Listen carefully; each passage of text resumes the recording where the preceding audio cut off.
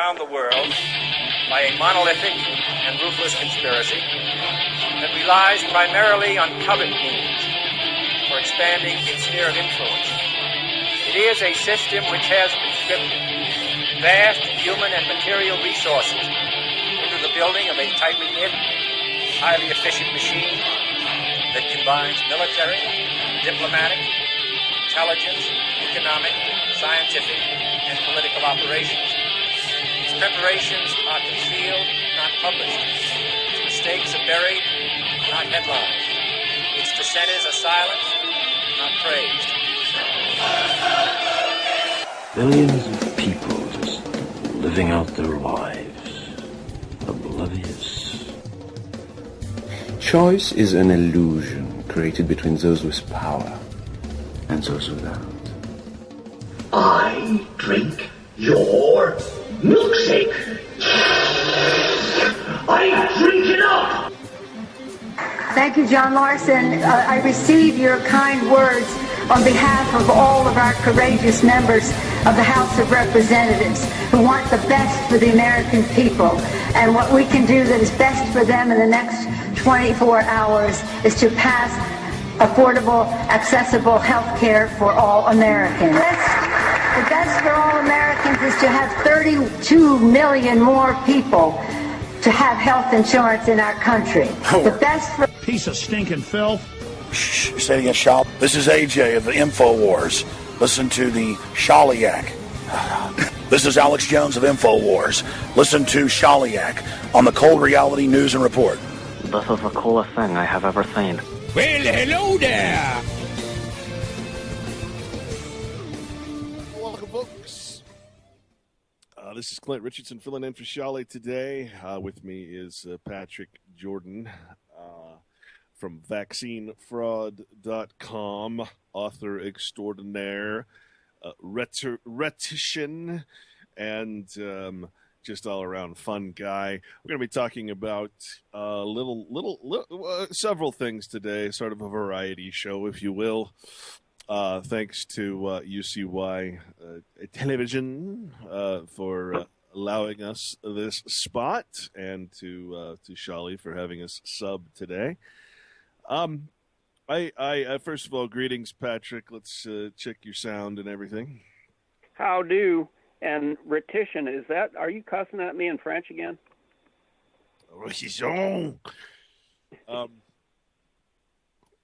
You'd know if I was cussing at you in French. Let me tell you. Okay.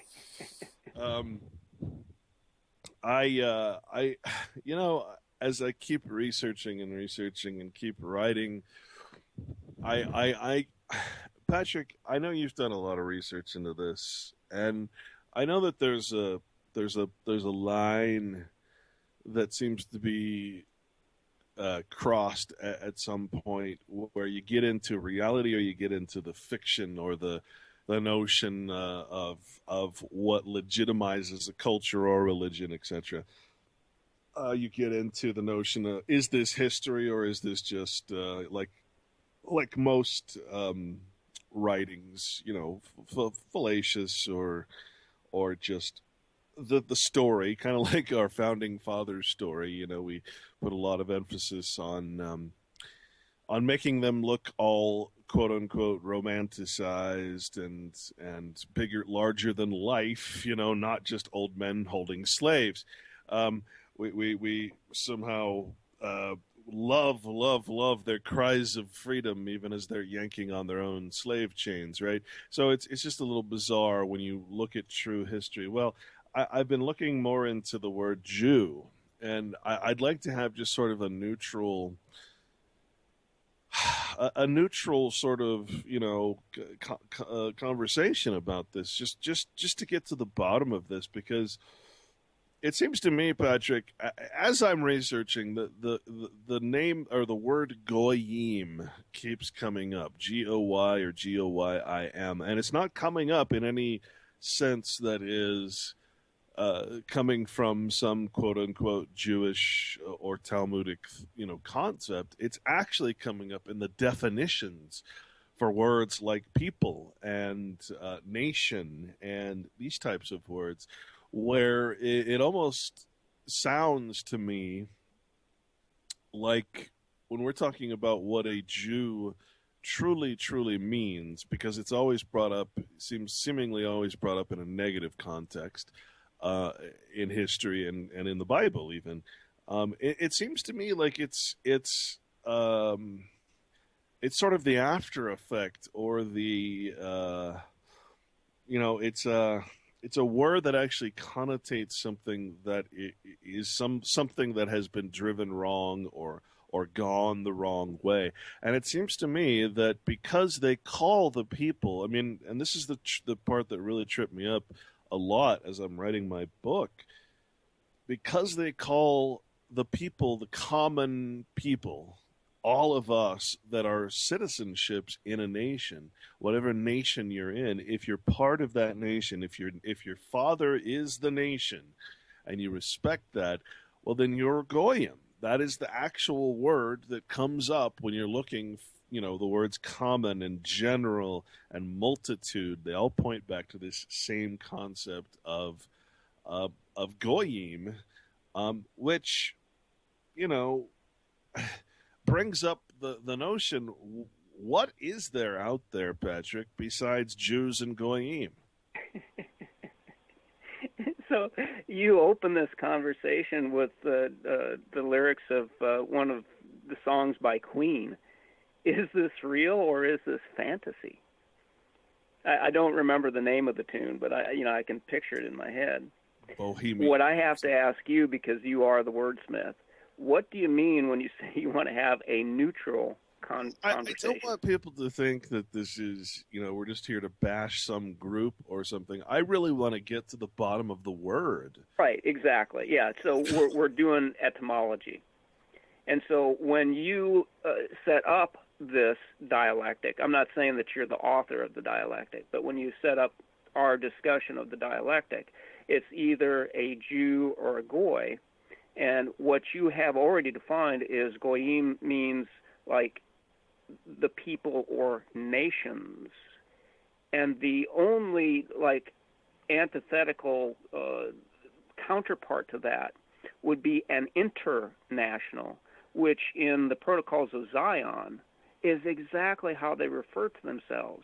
And so when I go back to my source material and I look at, and you have your own interpretations of these stories, whether they are, we're going back to Queen again, are they real or are they fantasy?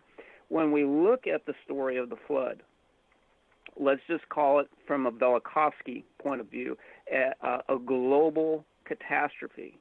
After the global catastrophe, the Bible is explicit that the three clans of Noah came down from on high. The Elohim came down from the mountains and subjugated the entire planet. The entire planet. So that would mean that they are not related to any one geographic location, not one specific people. They were the internationals. And so to keep this a neutral discussion, oh my God, he brought up the Protocols of Zion. Well, it's a source of reference, and it identifies them as internationals. The Bible itself said these three clans came down and absolutely took over the planet in what I call the planetary military occupation. So that would mean that they claim the entire globe. They're not going to claim, just Israel.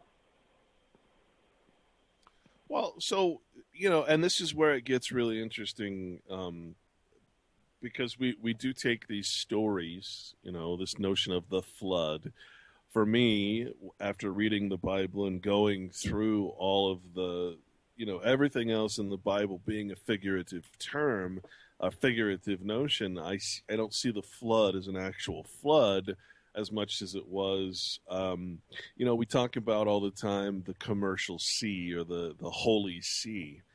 And the way that I have read the Bible, not interpreted, I don't interpret anything. I go to the to the concordances and I say, what does it say that these old words actually mean? And it does carry the connotation of figurativeness that goes into the notion that the land was flooded by the sea, being the legal jurisdiction of nations. And whichever way we're talking about, what we are talking about is a group of people that claim to be, as far as the modern day version, that claim to be adhering to the first 5 books of the Bible, right?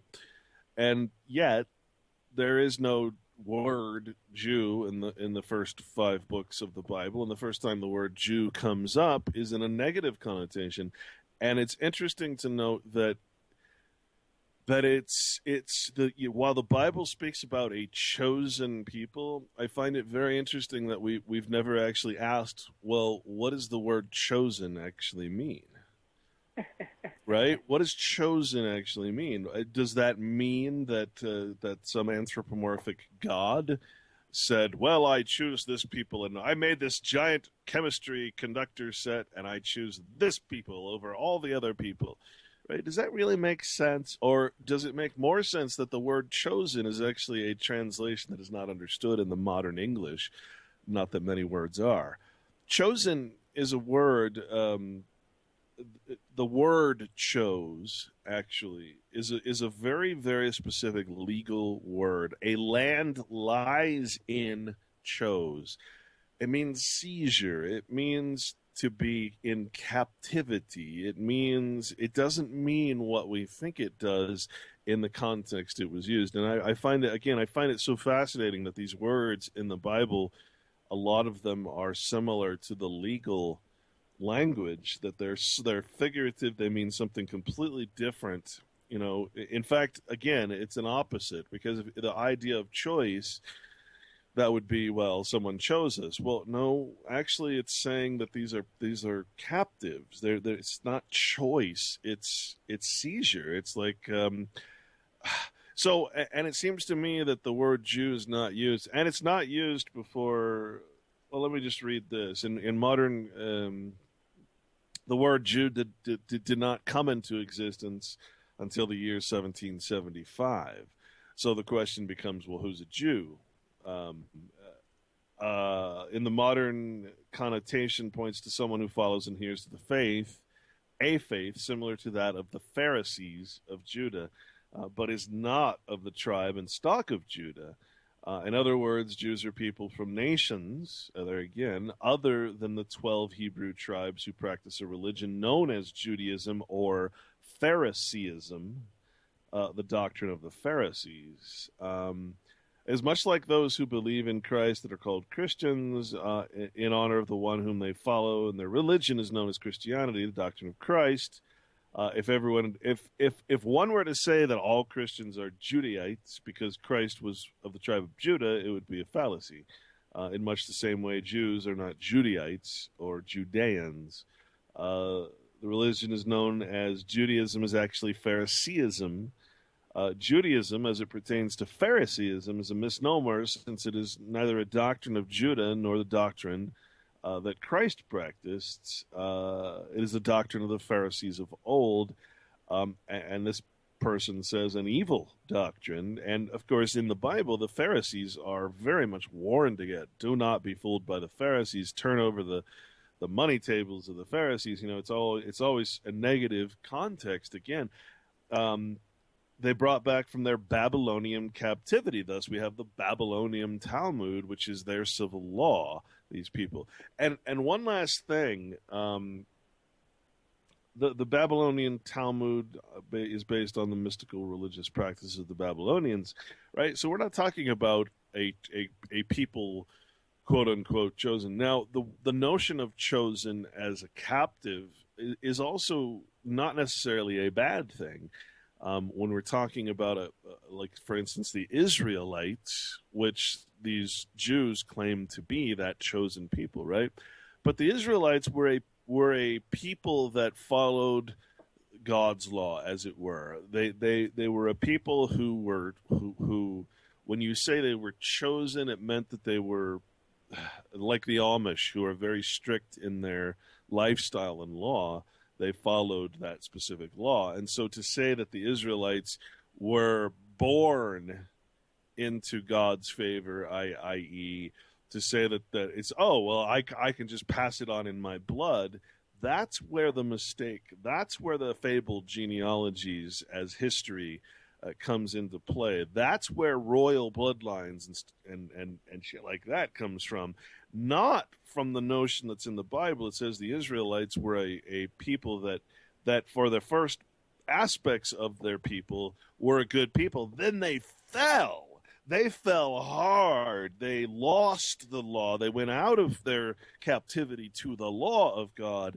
Then they were then they were called Jews, right? And that's what I find so interesting is that the word Jew wasn't really used until after the fall of these people. It wasn't that they were the but it's that notion that, well, you can pass it on with your blood, which is patently ridiculous, and it's why we have kings and popes and magistrates and everything else. The one other thing I want to say is to what you just said, Patrick, which is the notion of the nation, or the international, as Ford said, the international Jew. What is that actually a reference to?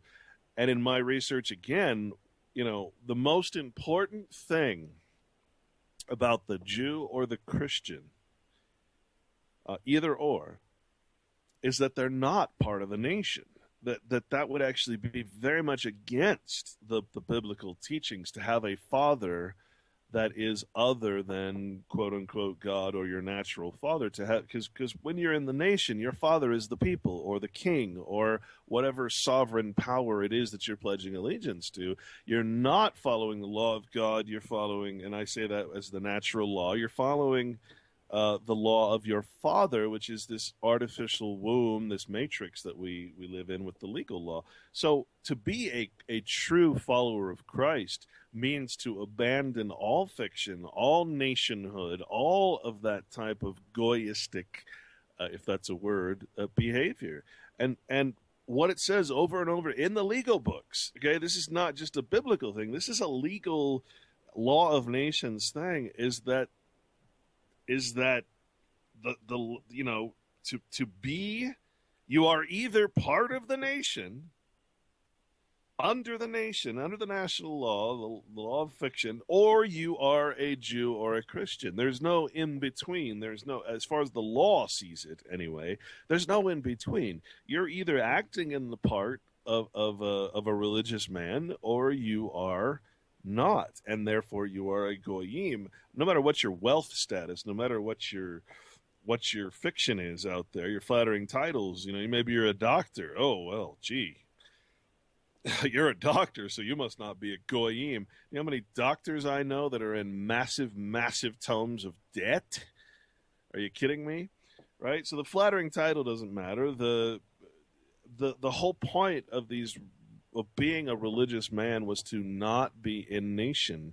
The word nation means to be born in, and it refers to the fiction, to the personhood, the artificial person. So the only thing that it recognizes as not that is a Jew and a Christian, which are loose terms, because we're talking about the Amish, for instance. We're talking about the Luddites, the Mennonites, these kind of people out there. So, I'm just looking at this and I'm going, every aspect of this word has a negative context throughout history, and it's a word that's used for a people that infiltrate and alter a society, and it's really, if you think about all the people out there, from the KKK to the whoever you're talking to, they're always saying the same thing. They might say it in a very dirty or nasty way, but they're always saying the same thing, and that is, they've infiltrated this, they've infiltrated that, they've changed the culture, they've changed, everything about what we are supposed to be as an identity, right? So, I don't know, man. It's interesting. Okay, I take notes, Clint, so I'm going to go in a fairly stepwise fashion, but I have to jump immediately into a problem that I have always faced with other people. And literally, this is the stopping point for them. Most people that don't look into things as deeply as you and I do are stopped at like the most simple concept. And if you can't get over that speed bump, nobody will understand a damn word that we are saying. Because when I talk with other people and they talk about so-and-so, and I go, that's a Jew. and they'll talk about other people, and I'll go, that's a Jew. And I'm using the word with a J because that's what they can relate to. And then they'll talk about somebody else, and I'll go, that's a Jew. And they will always say to me, how can they be a Jew? They're from Hungary. Yeah, exactly. Wait a minute. Why are there Ethiopian Jews? Why is it that Israel is taking in all these black people, but in order to take all these Kenyans and all these Ethiopians into Israel, they're requiring them to be sterilized? Right? Why? How are there black Jews and white Jews, Chinese Jews, and this Jew? And this? Well, that must mean that it's something other than racism, right? In fact, it's almost as if the only racism comes from those people. And we have yet to define, quote unquote, those people. We're still working on that, as we develop this conversation. Because can't you have a blonde Scandinavian from Hungary? So they might even be a naturalized citizen of the country of Hungary, but their genetic roots would be blonde Scandinavian from, then they could probably trace their family history to the Vikings. Oops, I just opened up a new can of worms, didn't I? Yeah. And see, this is what I'm saying, Clint. If people don't understand that concept, that place name, geography, and part of I was writing fast. I really didn't get the full scope of what you're saying about a Jew being geographically linked to Judea, not necessarily the tribe of Judah. Well, that locks them into the place name. That locks them into geography. It locks them into like a pseudo-religion and not really something tangible where you can do a blood test and say, you have this genetic marker, therefore it makes you X, Y, or Z. Yeah, well, and this is just it. I'm putting forward the notion that nobody is born anything. We're all born innocent. Now, you might be born to some really evil motherfuckers that are your parents, and they train you from birth to be, quote unquote, a Jew, or quote unquote a false Christian, or as in, i.e., a goyim who carries the name Christian, the title Christian, which is everybody in America and every other nation, right? Because you're not actually acting the part. You're not quote unquote international or not part of the nation, so you're not Christian. Period. End of story. That's the number one and only thing you need to know is, hey, if you're a Christian, you cannot be, or a Jew, you cannot be part of the nation. You're just a seyanim. You're a helper. You're not part of the organized crime, if you will. And this goes back to that notion, Patrick, that everyone is either a goyim or a Jew, with the exception of maybe the Amish and the exception of maybe the in-between state of that seyanim aspect. Now, what I find interesting is again, you're mentioning the word tribe, right? Now, it's one thing to look at that word in the Bible and say, well, that's a bloodline, or that's a people, right? And it turns out, hey, not so much. The word ethnicity actually only means one thing. Ethnicity actually refers to the language that you speak. This is why words are so important. Ethnicity has nothing to do with anything but the language that you've been indoctrinated into. In our case, English, which is the language of illiteracy, right? So, I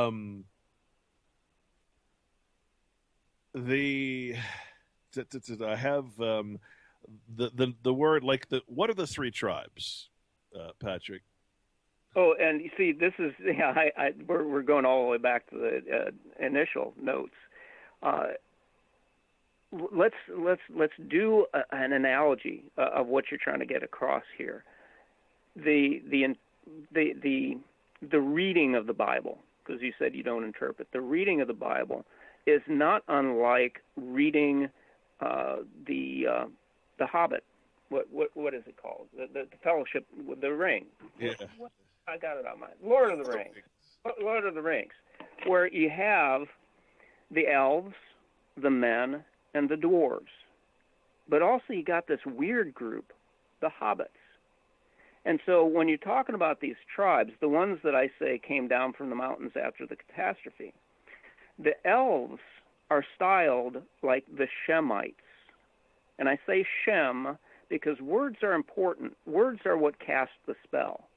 Everybody calls them Semites, but it's an SH.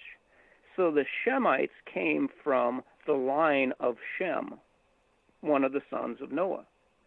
The men would be self-styled Hamites, or the sons of Ham. You know, here again, it's like if you're from the East Coast, it's like green eggs and ham. You know, it's a Hamite. It's Ham, and Hamites were like the line of Nimrod. You'll find them in not only Babylonia but also in Egypt.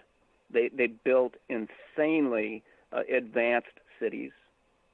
The dwarves live in caves, and the Japhetites, the Japhet was the third son of Noah, spelled Japhet, but the J, just like in Jew, never existed. Therefore, it's a Japhetites. And where did they live? Underground, in caves. And the troglodytes is the name of the place with troglodytes, and the troglodytes was the place and the name of the people that were populated by the children of Abraham's third wife's offspring.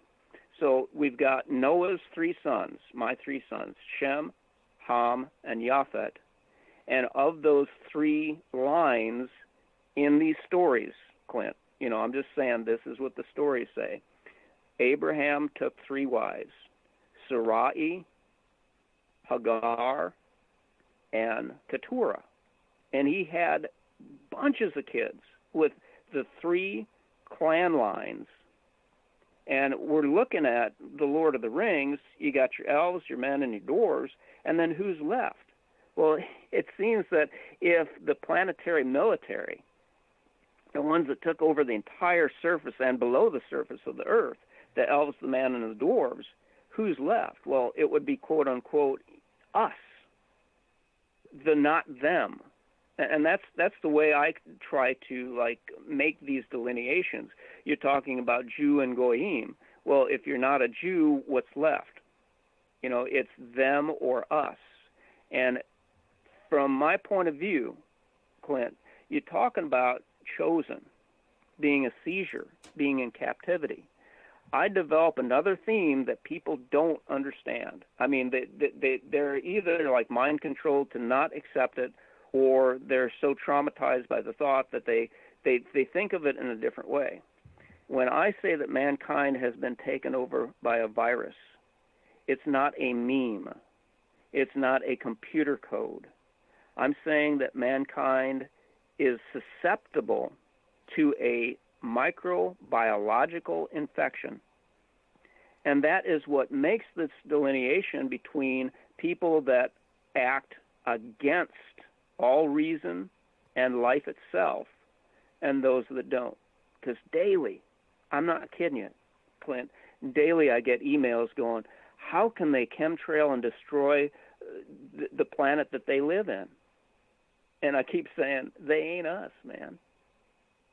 Well, you know, and we're definitely in agreement on that aspect, and we've certainly talked about the notion of brain parasites, etc. I have absolutely no issue whatsoever with saying, yeah, this is a sick disease that we're looking at. And I got to be honest, man, I've been thinking lately, because you know, you and me, we've been talking about doing a documentary on that subject, vaccines and brain parasites. And I thought the other day about all the different movies that you could open up that particular documentary with, that show. I even went back I remembered one show in Star Trek, The Next Generation, right? I remembered one show where and a worm basically had taken over the entire Right. structure of Starfleet, right? And the guys would go and they'd infect someone, say at the academy, so that then they could infect the entire academy, right? And there's you find that theme, you find that parasitic theme in so many different movies and television shows and things. It's actually pretty amazing to see the entertainment that revolves around that, and yet nobody seems to be giving it a second thought, right? That when we're talking about, and I think what you're getting at is when you're talking about the Jew, you're talking not about someone that was born that way or even taught that way, but someone that's actually being influenced by some other force unseen, right? And that is a fascinating thing. Now, what I wanted to say is, again, when you say the word tribe, well, you're either there were the tribe of Shem or the tribe of well, the question becomes who's not of the tribe of these three people. Now, the word Shem in the Bible is actually used in place of the word name. All right. In fact, when the word Shem, it's translated into onama, or in Latin nomen, and it's so when we use the word name like that as translated, it's used for everything which the name covers, everything the thought or feeling of which is aroused in the mind by mentioning or hearing or remembering the name for one's rank, authority, interest, pleasure, command, etc. Person reckoned up by name, persons, as in your status, the cause or reason named, which is, talking about. Anyway, I wanted to go over what these words actually mean. So when I look in Strong's Concordance, I find the word Shem. And this is straight out of it's Genesis 5:32, and Noah was 500 years old.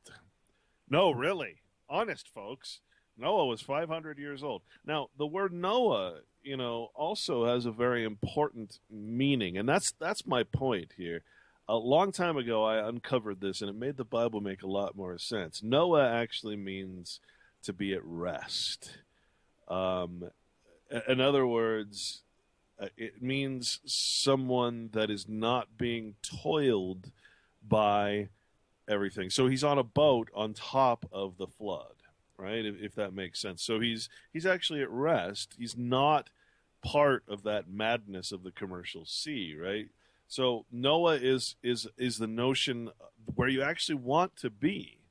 You want to be Noah. It's a word that means something. It's not a man. It's a word that means, okay, I'm at rest. From rest, from that notion of spiritual peace, if you will, what does it say? Noah was 500 years old, and Noah begat, which means create, or a corporation begets a product. A nation begets persons, but it doesn't create life. It only begets fictions, or in this case, your status, right? What comes from rest? Well, the only thing that can come from rest or from Noah is the opposite of, you can't get any better than rest. So what comes from Noah but Shem, Ham, and Japheth, right? Now, Shem is literally Shem is like the tribe of the name, which is why they track their name, they track their bloodline, quote unquote, which really has nothing to do with the blood, but the name itself. Where does your line come from? And so you have Shem means name in the Bible, right?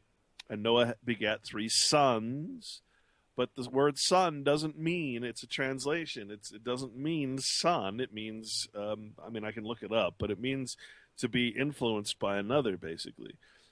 So, okay, we have the tribe of the name. Well, what's Ham then? To be hot is what Ham means, and I can't remember what Ham actually. Oh, it refers to. It refers to the Egyptians and the warlike tribes, I think. The ones. So in this case, the tribe of Ham would be like the Arab Spring or the warlike tribes, the Indians, that kind of thing. That would be hot. And then there's Japheth, which means opened. And when you actually look at what that means, it means those who are easily influenced, easily controlled, docile people. And if you think about who that is, of course, it's the people of the goyim of the nations who follow their leaders, and their leaders happen to be as we've discussed in genealogical discussions, our leaders happen to be the tribe of the name, the Shem, whereas we are the tribe of, i.e., the tribe of, figuratively, the tribe of. So, in other words, there's three kinds of people, Patrick. There's three kinds of people that come from Noah, which is rest. You have the people who take charge and enslave everybody and keep and are the kings and the popes and the whatever that go by their name, their titles. There's the warlike tribes, and then there's the people who are totally affected, totally under the control of the words of the tribe of the name, right? So that is the way the Bible actually, although it sounds like it's giving you a genealogical history, you like, after you read the Bible and you get out of the Bible what the Bible actually is trying to tell you, you look back and it says, hey, beware, do not respect fabled genealogies. Your works are what define you, not your titles, not your flattering titles, not your name, not this, not this. Your works are what define you. Your actions, your intent, right?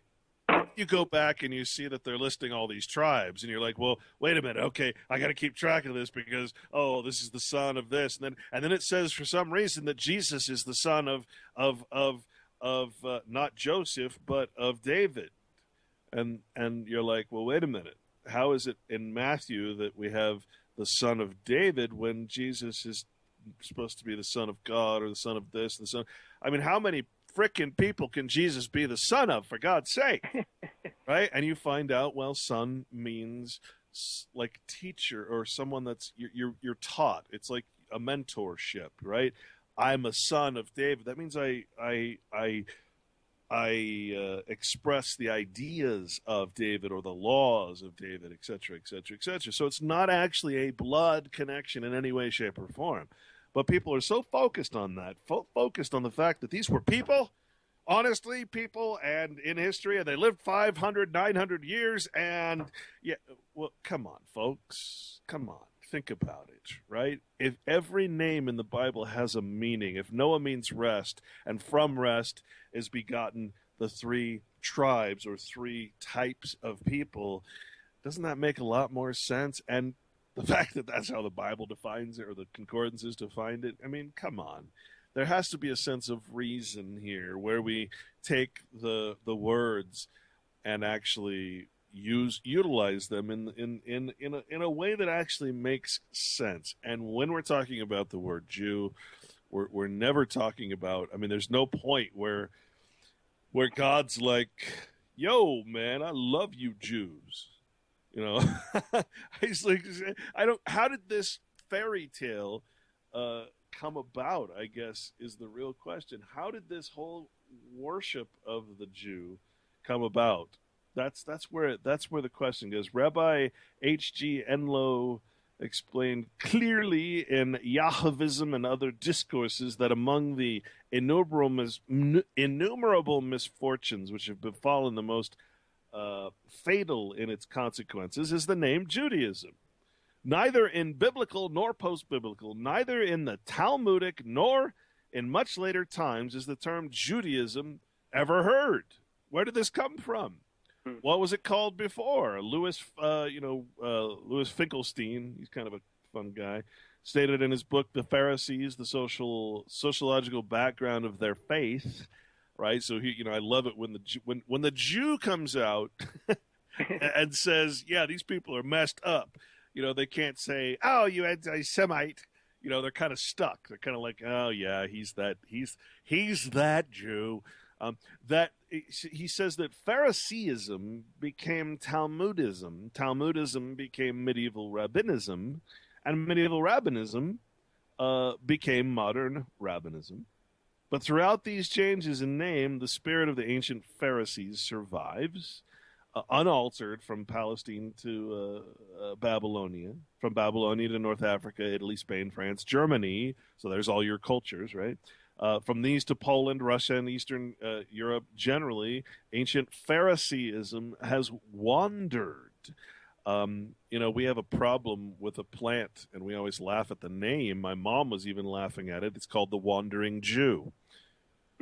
It's a weed, and it just keeps infiltrating and spreading. Demonstrates the enduring importance which attaches to Phariseeism as a religious movement. Judaism is actually Phariseeism. Now that, to me, Patrick, implies that it has nothing to do with race at all, blood or anything else.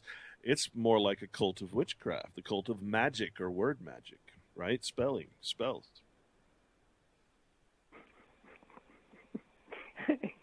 You opened up an entire page of things I have to respond to. So the first one will have to be, Clint, an anti-Semite. Well, just like the word Jew, it doesn't exist. There is no Semite. There are Shemites.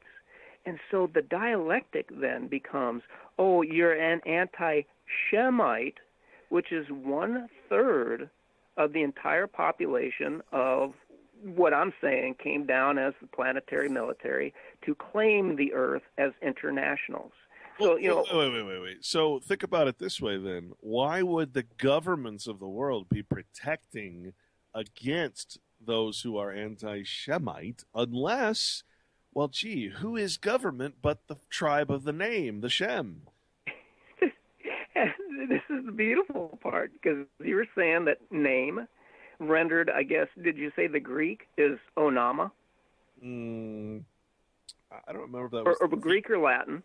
That then became nomen. And all you have to do is, like, put a space between the no and the men. Yeah.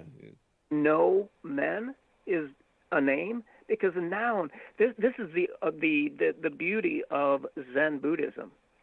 The image is not the thing. Right.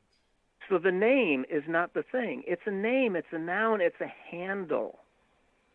And when I wrote my first science fiction book, I think like in 1985, I had adopted from Genesis the idea that Adam was given the task, one of the first things that Adam ever did was to name the animals. Why would you do that? Because you'd be saying to Eve, hey, bring me that black and white one. No, not the one that has the furry tail and makes a stink. The one that with the long legs and, has the long face. You would need to know the difference between a skunk and a zebra. So you couldn't just go the black and white animal. You had to name it. And in my sci-fi book, the concept that I developed was, if you can name it, you can model it. See, modeling in the sciences, the very hard physical sciences, is important. If you can model it, you can control it. And so the whole idea behind this dialectic, Clint, is to make this artificial nomen, a name delineation between the Jew and the Goyim for the specific and sole purpose of control. Because really, then it's us and them dialectic. All you're saying when you say Jew and Goyim, you could easily just transfer that to master and servant. Thank you. That's all it really means, is what we're trying to say. Yeah. And it works, because I guess maybe in about 2010, there was a woman that identified herself as Ashkenazi. And she gave me and Rebecca Carley one of the most important insights that set the entire course of my work. She said, have you ever looked into chimeras and mosaics?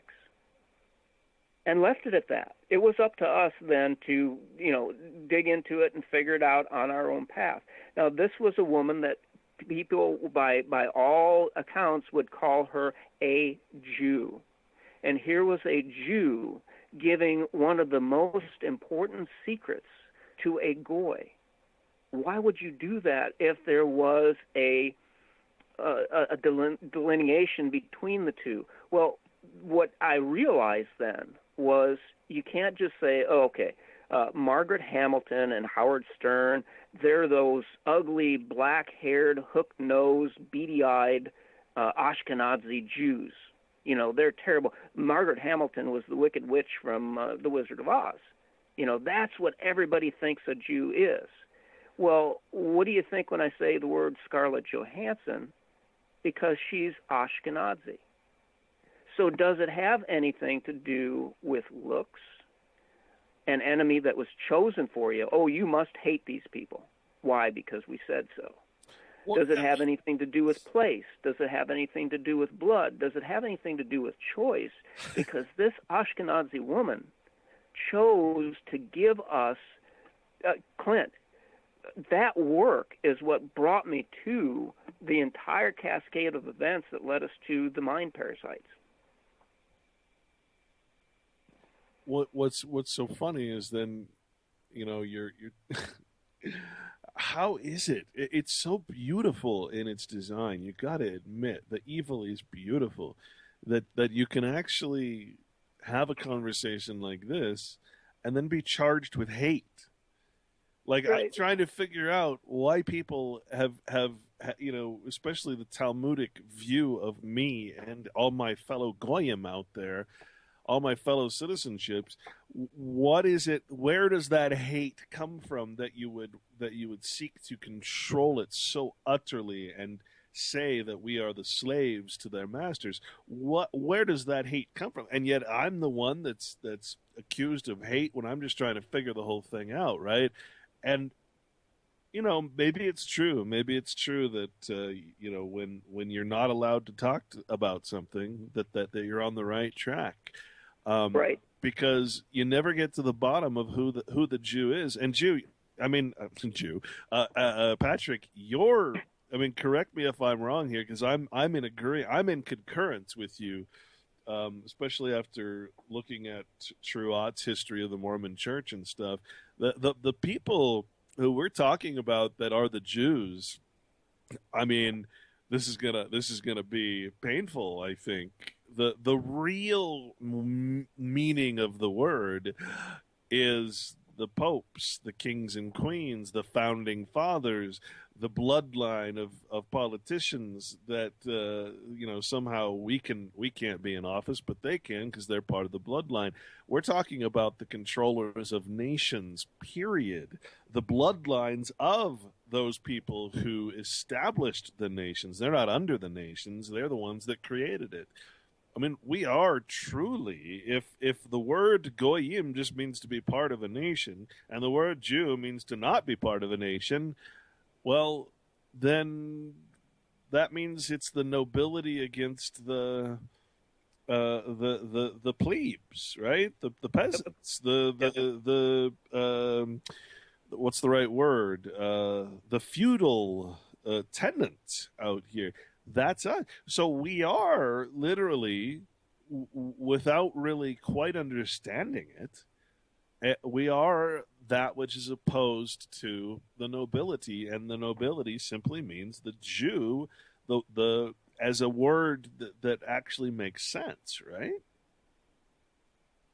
Oh man, my mind is going 1,000 different directions. Okay, so I'm trying to catch up. So I came to a crisis point in determining what the nature and source of evil was.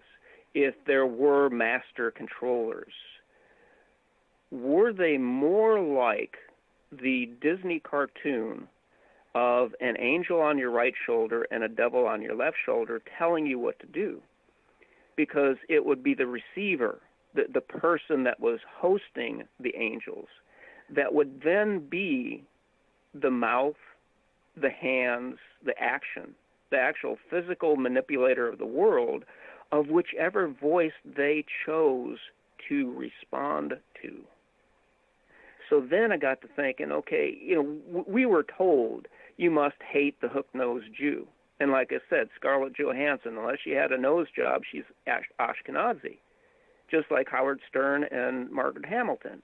But everybody has the image of who they were supposed to hate because it was given to them.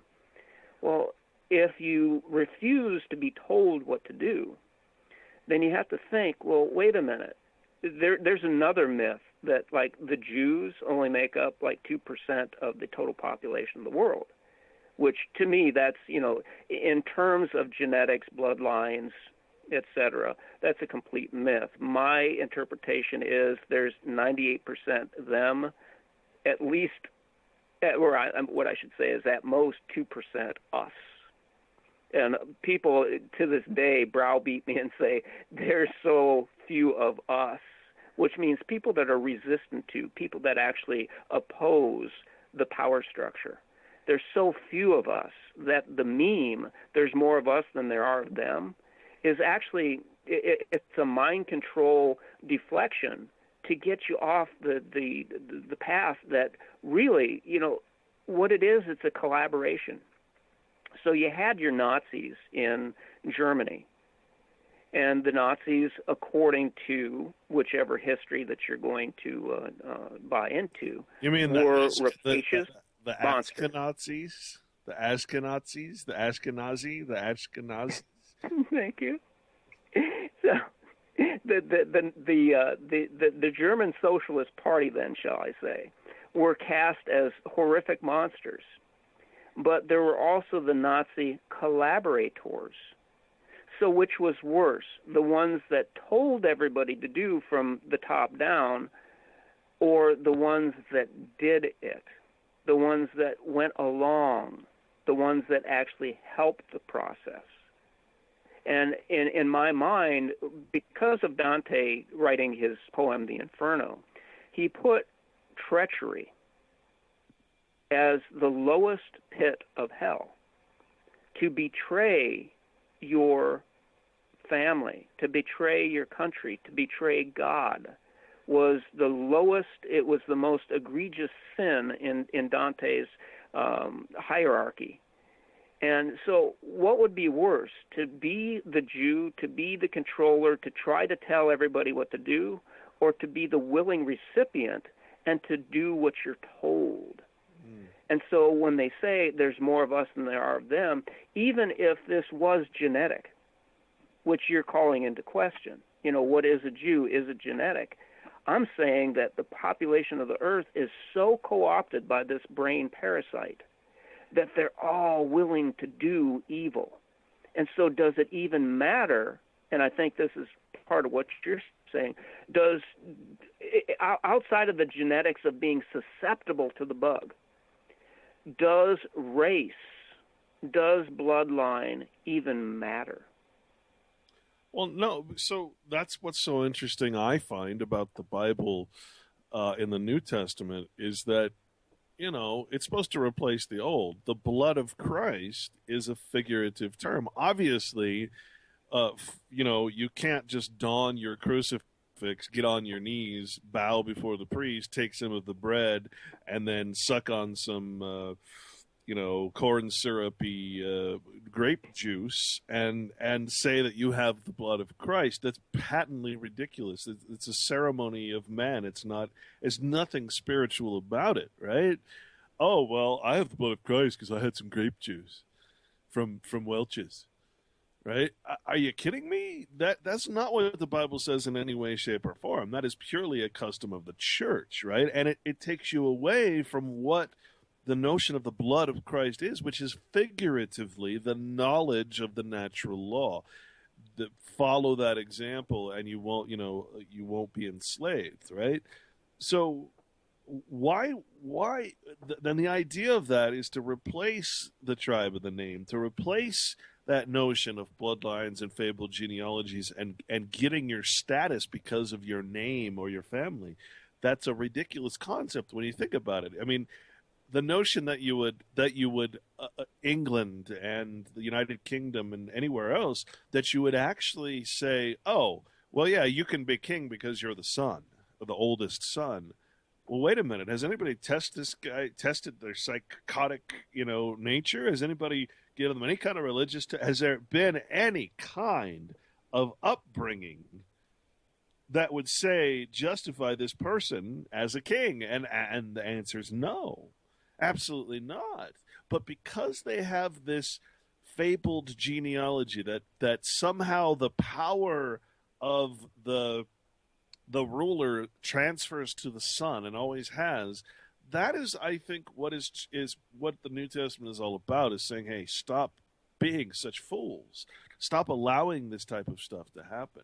So here's, to go back to the beginning of what we were talking about, there is a verse in Romans, and I find this to be very, very, it's so simple, and yet, oh my God, that actually says what we've been saying. It's very simple. It says, for they are not all Israel which are of Israel. So Israel, the word Israel was the name of a people that followed a specific law. Okay, that was and spoke a specific language. That was their what Israel was. It was not a place. It was not a thing. It was a group of men that followed the law. So just because you're from a place called Israel does not make you Israel. Israel is a real thing, but a city named Israel is a legal jurisdiction. You can't just call yourself as the tribe of Israel or the son of Israel if you're from a place called Israel. Does that make sense? I mean, to me, it's like saying I'm Illinois. Right. It's and that's what we do. I'm born of Christian parents. I'm born in a Christian nation. Wait, what aspect of anything you people out there are doing, and I include myself, and I include Patrick, and I include Shali, and I include everybody out there, all the priests who are asking for money, what at all are you doing that is sharing in the blood, the figurative blood of Christ? What possible aspect of the law are you following that you dare call yourself a Christian? The truth is, you're calling yourself exactly what the Jew wants you to do. You're calling yourself by a false, flattering title that they created in Rome. They created Christianity. Christianity has nothing to do with following Christ. Christ and Christianity are not the same thing. And that, to me, is the big point. Now, when we're talking about the Jew, let's go to some other Jewish-born historians. Benjamin H. Friedman.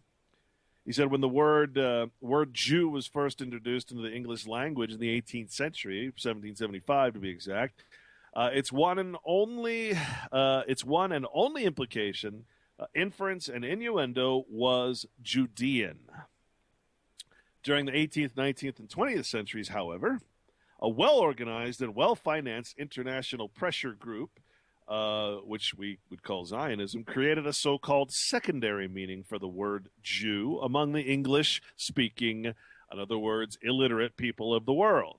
The so-called secondary meaning for the word Jew bears no relation whatsoever to the 18th century original connotation of the word Jew. It's a total misrepresentation. So, again, they created a title of Jew. But a real Jew and a real follower of Christ is only judged by their actions, never by their names, never by their flattering titles. Same thing. These guys created a persecuted group of people that does not frickin' exist. And they use that to put themselves in places of power and then to fall back on that and say, oh, well, you're just angry because I'm a Jew. Right? Oh, yeah, it's a control mechanism. Exactly. So let's examine what you were talking about. It's just it's seamless when you do the deconstruction of it. The English kings, because you're talking about England and the UK. Most of the English kings were German. And so when I discovered that, like in third grade, that's when my cognitive dissonance kicked in, and I couldn't, as a young mind, I couldn't justify it because I had always been given the geographic delineation of the five major power groups. I'm going to try to do it from memory. It would be England, France, Portugal, Spain, and can't remember right now, maybe Germany. But in terms of world conquest, these are the ones that went out on the voyages of discovery, which the word discovery is a legal term meaning seek and destroy. It's used to conquer entire geographic locations and peoples, the word discovery. So what I had a problem with was England was a place, but the kings were German.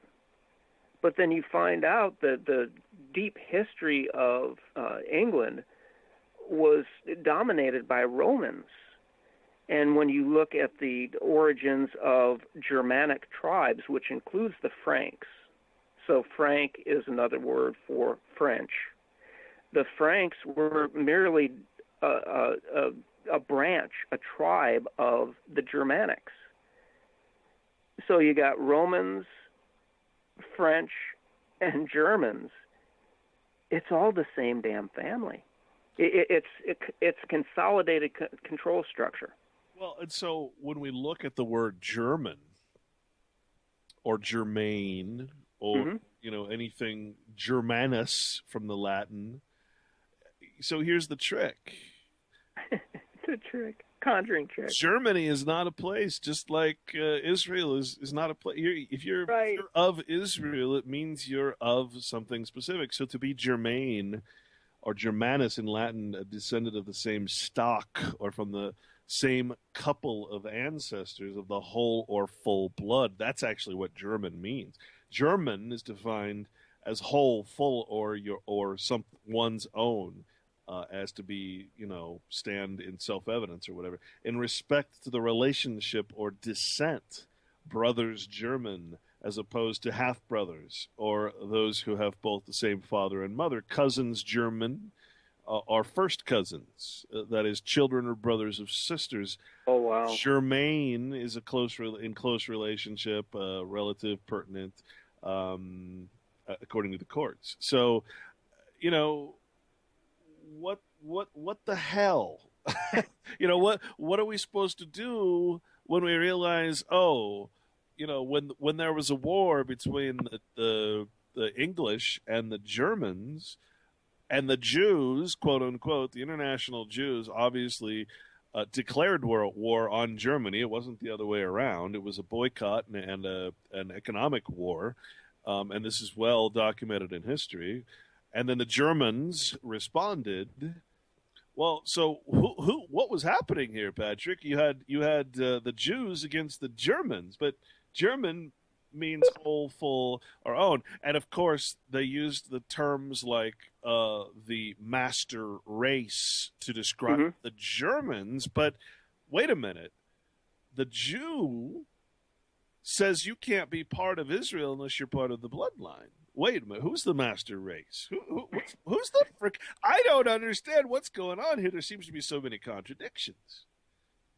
Well, and that's the thing. It seems to be until you lift the skirt and find out what skank is underneath it. And then just from the smell alone, you know that something rotten is going on. And that's what we're doing here. We're lifting the skirt and saying, you know what this is? There's a thing in social interaction and especially warfare, playing both sides against the middle. And what these internationals are perfect with, and you and I have spoken about this offline, is another game that was outlined by Eric Byrne in 1978, I think, in a book called Games People Play. And it's called Let You and Him Fight. So you foment a dialectic. You create a war, and then you sit back in your ivory tower completely and totally unseen and protected, while two other groups that you have polarized literally annihilate each other over a fucking false concept. It's brilliant. It is. You know, and like you said, I don't admire evil, but its intricacies are so precise that you've got to look at it with, and see, I use the word respect because I learned that the word respect is the substitute for when they say fear of the Lord is the beginning of wisdom. If you have seen the waves that are on like the North Shore of Hawaii, good God, they're bigger than skyscrapers. I do have fear of something like that, but also because I've been, whitewater kayaking, I've done, some outrageous stuff in the past, I have a respect for natural power. And so when I look at evil, it's not awe like, ooh, that's really cool, I want to be a part of that. It's like, good God, the brilliance of it, the evil genius of it. And actually, Genii, the genie, was considered to be skilled in all things except the art of healing, which is a perfect definition. The evil genius. If we recognize that, if we just accept it for what it is, you don't have to like it, you don't have to worship it. But my God, evil is it's the best game going because nobody's defeated it yet. Well, and the when you look up the word devil, yeah, I love this. You also find the definition of evil genius. The church, of course, has anthropomorphized God and the devil into these images that we can, the old man in the cloud and the devil with horns and a pitchfork. But in fact, all these things are of man. The devil is man. And man is his own worst enemy, of course. How do you know thyself unless you know your enemy? And to know thy enemy is to know thyself, right? So, the evil genius is defined as the devil. So, and that's talking about man. So, the other aspect of this is the push to unite religions that are totally opposed to each other. Now, the idiot Christian, of course, is going to follow whatever their preacher tells them to. But Clint, don't say preacher. Please say pastor, because if you look up the root of pastor, it means somebody who leads sheep. And to me, it's like, oh my God, that is so perfect. Yeah, no doubt. And that's another thing. You're supposed to be the sheep of the flock of Christ. That's supposed to be your shepherd. You're supposed to follow Christ. But what all these shock jocks are telling you is don't be sheep, right? Be he-goats. Be the he-goats of men. Be something other than the sheep of the flock of Christ. Don't be sheep. How often do you hear that? And yet the whole Bible story it revolves around being of the flock of and following Christ like one of the sheep, right? And so the connotation there again is very. It's very Jewish. To say don't be a sheep is a very Jewish aspect. It's very adversarial to Christ. And this is the point, man. Everything about these people, when you consider that Judaism was just something called Phariseeism, and the quotes from the Bible about the Pharisees and overturning their money, changing tables, and all that, there's nothing good. The Pharisees are and the scribes are always portrayed in a negative context. Now, the most important aspect of this is to get us to say, even though this word didn't come along in the English language, is to say that Jesus was a Jew. But we know what that means, and it's literally the word Jew is that which is opposed to Christ. So Benjamin Friedman, again, he says the present generally accepted secondary meaning of the word Jew is fundamentally responsible for the confusion in the minds of Christians, this is a Jewish guy, regarding elementary tenets of the Christian faith. It is likewise responsible today, to a very great extent, for the dilution of the devolution of the devotion, of countless Christians for their Christian faith. You had it right the first time. Yeah. The implications, inferences, and innuendos of the word Jew today to the preponderant majority of intelligent and informed Christians, not sure how many of those there are, is contradictory and in complete conflict with incontestable historic fact. Christians who cannot be fooled any longer are suspect of the Christian clergy, who continue to repeat and repeat and repeat ad nauseum their pet theme song that Jesus was a Jew.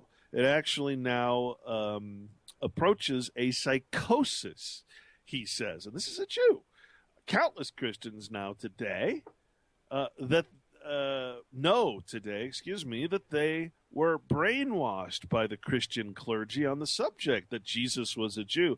They are also becoming more and more alerted day by day why the so-called or self-styled Jews throughout the world for 3 centuries have spent uncounted sums of money to manufacture the fiction that the Judeans in the time of Jesus were Jews rather than Judeans, and that Jesus was a Jew. So here is, a Jewish scholar, Jewish historian, literally laying it out and showing how all of the churches have been Judaized, if you will, and the preachers turn into Pharisees and scribes. I mean, it's amazing when you actually see it for what it is. And how often do you hear, Patrick, in the media, in entertainment especially, the Jewish Jesus, Jew, Jew, Jew, Jew. And it turns out that it's actually, that would be an impossibility. It's an impossibility for that magic word to be applied. Magic word, oh my God. So he compares it to the word gay. Gay means merry and happy, and became instead homosexual, right? So he's like, try telling someone who's happy and who's not a fag that you're glad that he's so gay. I love this. See what happens. God, you're so gay. Bam. Right? It's just the words are the understanding and the meaning and intent of words, man. I tell you everything right there. And because it's got its roots in the occult. Spellcraft is exactly what we're dealing with. Because there was no J, there never was. I'm making a categoric statement that cannot be refuted by anybody. There was no such person. There is no such thing as Jesus. Never was, never will be, because there wasn't a J. And when I uncovered this, like in 2008, and I started publicizing it in, alternative media, radio, and writing, all of a sudden people were coming out of the woodwork saying, oh, yes, our Savior is Yahushua. It's like, what part of their ass did they pull that out of? All of a sudden, because I brought this to people's attention, that there is no Jesus because there was no J, then everybody started saying, oh, yeah, the actual rendering of Joshua, again, another fiction, a false word. There is no Joshua because there was no J. It was Yahushua, which means Savior. And again, that's a fiction. It's a title. It's a nomen. Yeah, but I want to intercede here and say, and really, this was the conclusion that I came to too, that's okay. It's okay, folks. If you choose to believe that there was a person, okay, more power to you. The point is that if you realize that this is the law being presented to you in the story, just like the Indians have told their children for centuries and centuries, the story of the law so that you can learn the law in story form. I'm going to create a character, and I'm going to apply that character as to what the law is, and show you through parabolic and different storytelling forms how his path leads through and cuts through all the things that will get you in trouble. If you just follow this path of this character, then everything's okay. It's okay. And what I found, Patrick, is that this is admitted in the Bible. I mean, it's right there in the Bible. You just have to you have to see it. You have to interpret these words correctly. And the notion that, what does Christ say? He says, I'm not here to judge you. I'm here to save you from judgment, right? I'm here to tell you the law so that you can follow the law and not be in judgment. Well, what is birth? Birth into the nation is judgment. You're judged as a goyim, right? So in order to save yourself from that horrible affliction, that horrible blemish, you need to follow me. You need to follow the natural law, which I am the personification of. And I say it again, the word son and the word law are the same word, right? The word, law, and son. Word, law, and son. The word of God, the law of God, and the son of God all mean the same damn thing. So when I say follow the law, I'm saying follow the Son. Why would I say follow the Son instead of follow the law? Well, because the Son is the Word. The Word is the law is the Son is the law. It's the personification, the storytelling of the law. Now, the problem is, and the reason I wrote my book, is that no one's ever told the story of the legal law. You have the story of the moral law. It's called Christianity and other scriptures in history, which Christianity copied. And that's fine. It's okay that the Bible is not original and that it's a copy. It's okay. It's ancient knowledge, right? Is Jesus coming back? Yeah. We're all going to be saved because Jesus is coming back. Well, I got news for you. Guess who else is coming back? The gods of the zodiac. Yep, they're coming back too. What is it, Patrick? Every 1,000, 1,500 years, one of the gods of the zodiac comes back. Let's see, which one is it this time? Oh, that's right, the fish. Right? Next time it's going to be guess who's coming? Our God Savior is coming. It's called Aquarius. We're going to enter into it in something like 120 years.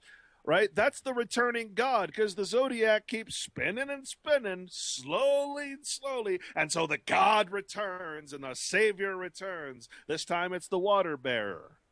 All right? That's the idea of the returning God. Do not be fooled that is what the notion of Christ is. Christ is something that you must be, not some future event where Christ is going to return and take No, the only way Christ is going to return is if you start acting the part. Each one of you, not some frickin' manifestation of some man that lived at some point and then God's going to be up on his cloud. No, that's not what the Bible says. It's not even what the Bible said. It's what the church says. And the church is the Pharisees, the scribes, the priest class that the Bible warns you against not listening to.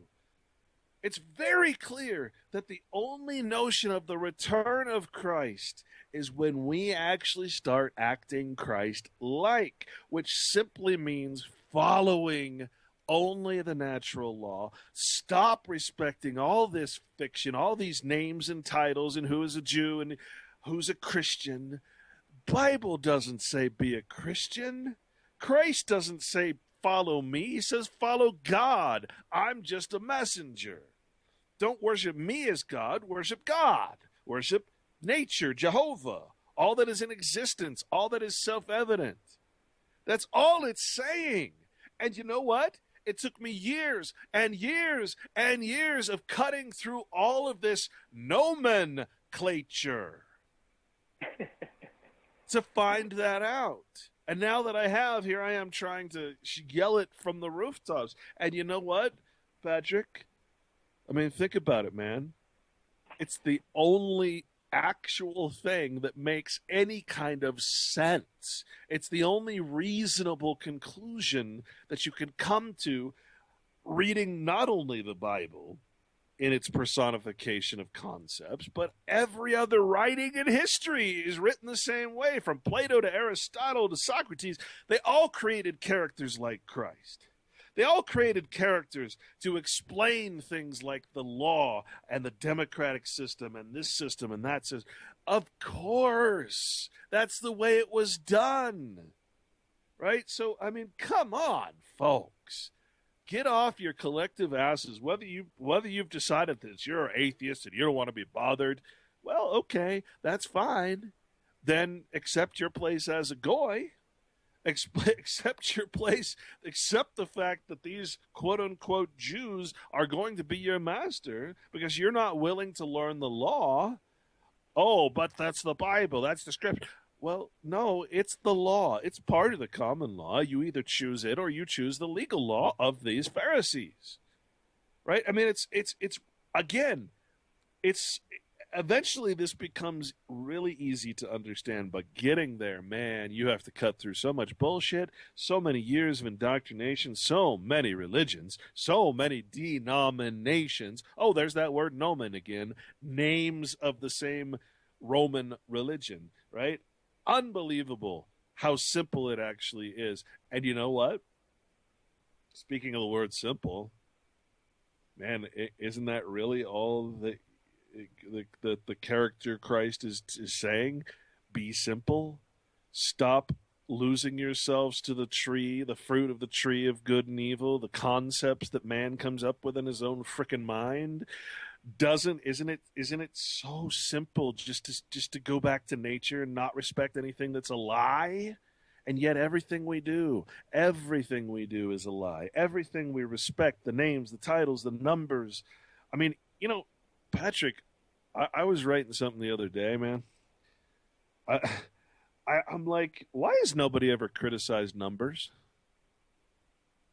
Why does everybody say? I mean, they'll even say that the Bible must be the word of God because it can be in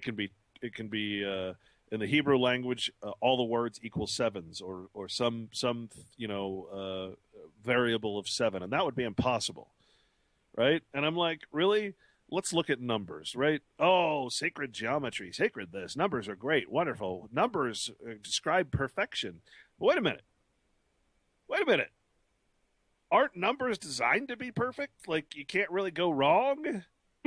I mean, zero, for God's sake? Wait a minute. Zero means nothing. If I multiply anything by zero, I get nothing. But I could put a zero after a one, and I go into a whole different freaking dimension. Or 2 zeros, now I have 100. 3 zeros, now I have 1,000. But wait a minute, I thought zero meant nothingness, right? And then there's, these numbers. They're designed to always come up with an answer in their own language. But the answer means absolutely nothing in reality. Mm-hmm. We worship these numbers just like we worship the words of the Pharisees, the crap. It's a language, folks, is what I'm trying to say. And if you respect the language over that which it actually represents, if you respect the point A and point B and point C over the tree, the rock, and the river, well, then you've lost yourself to the art. You've lost yourself to the fakery, to the fiction. You worship something, and therefore you've got this really pretty map, and it has all kinds of numbers and little lines that signify height and width and all that. And the map is beautiful. It's wonderful. It's a tapestry hanging in the king's quarters, and yet the land, the nature, the reality is going to shit because you're fracking it. You're allowing it to be destroyed right under your fucking feet because you worship the map. Oh, but the map looks beautiful. The numbers show that everything is just fine and dandy. And that's what Christ is trying to say, man. Be simple. Don't worship things as sacred, which means cursed, that are not real. Stop looking to fiction. Stop looking to language, whether it's digits or letters or symbols or anything that isn't real. Stop wearing that fucking cross around your neck and pretending that has anything to do with Christ. There were no crosses. The word is storos, which means pike or pick or stake. When Christ says, pick up your fucking stake and follow me, oh, no, it says cross. Well, it's storos. It means stake. What is a stake? A stake is a piece of wood that you drive into the ground. That's the real meaning. But what's the figurative meaning? What's your stake in the municipality? What's your stake in the United States? What's your stake? Do you have a house? Do you have a car? Do you have pets? Do you have all these fictional things? Pick up your stake and follow Christ. Go back to nature. That's all it's saying. Pick up your stake. Oh, but if I wear a cross around my neck, I'm protected from the devil. No, you are the devil, you ass. Anyway, that's my rant for today. Yeah, I forgot to tell you, it's past 10 o'clock. You usually get into your 10 o'clock rant, so it's time to take your blood pressure medication I know. again. I'll tell you what, I'm gonna take a break real quick. I'll be back in 1 minute. Okay. Do you want me to keep talking? You're going to have to be on the floor alone here. So. Okay. So what Clint and I do is we examine the fractal in all of its intricacies. And a fractal is self-similar whether you pull out and get the view from above or you go microscopically down infinitely, because that's the nature of numbers. That's the magic of numbers, is there's no bound to them. They can go infinite up, they can go infinite down, and if you put any stock in imaginary numbers, they can go infinite in Neverland, man. So what we do is we examine this, not because we're caught in the illusionary trap of the fractal, but to examine it and then do like an autopsy and show it to other people and say, okay, here's the guts of it. This is the heart of the matter, and this is what the dead person had for dinner before they died. One of the problems that people have is adopting. And see, this is a choice. This is a choice that people grab onto because when they get immersed in the fractal, they feel as if they are like floating in an ocean or free-falling in the sky. They grab onto something, and Christians do this particularly hard. There were the northern and southern kingdoms of, quote-unquote, the Jews. So you had Israel and you had Judea. Again, these are artificial, political, religious, and geographic delineations that had nothing to do with, as Clint says, reality. And within these divisions of the North and South kingdoms, you had particular tribes. And these tribes then align themselves with either the Pharisees or the Sadducees. And there are many well-studied Christians that get so caught up in the minutia of, well, you know, these were such and such people, and they were the good Jews because they followed such and such religion. And these were such and such people because they followed, and they were bad Jews because they followed this religion.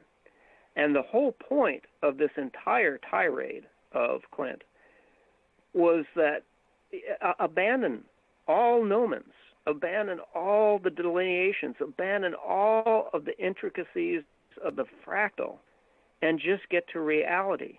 You are either evil by influence or choice, or you are not. And if it is your choice, then the world that you see around you is of your own creation. And I don't subscribe to this New Age bullshit. We are co-creators. We are victims of an ancient and powerful force that has co-opted us, that has influenced us, and has given us the choice to work with it or against it. And there are literally, there isn't 1% of the population that can fight it. And that may be choice, that may be genetics, but there's very few of us that can call it what it is and then work towards defeating it. But if you are awake and aware, if you have the ability to understand what we're talking about, then you can make that decision to do your best to identify the evil, to find its weakness, to hunt it, which is an active process, and to destroy it. You can't negotiate with evil. You can't compromise with evil. You can't ignore evil. It must be exterminated and extincted. And we're at a point now, I don't know anybody, after having studied history, I don't know anybody that's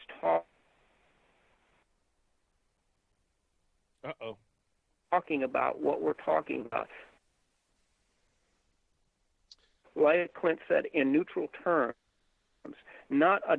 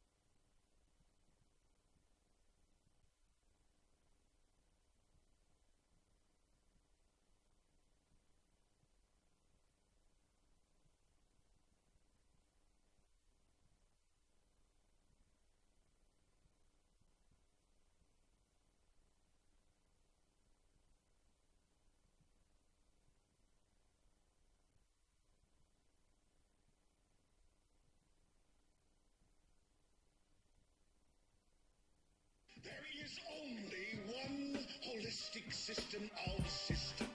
I will MK Ultra ya, put the MK scope on ya. If the MK hits you, it's guaranteed to open ya. The 57mm Mark 110, 220 rounds a minute, try to stop them. Don't put that on your wish list, that's retarded babble. Protesters make the hit list soon as they start to rabble. They are nothing but fishes in the barrel. It doesn't have to be Christmas for a carol. Some decorate with ornamental decorum. Some perform Shakanar on Hanukkah and Purim. That's where my job come in. I am a blessing to the mercenary. For the corporation selling weapons to them. Any potential competitor step into them. I'm authorized to knock them out and stick a GPS into them. They want to sell uranium to Iran. That's enriched, that's a bitch. Now we got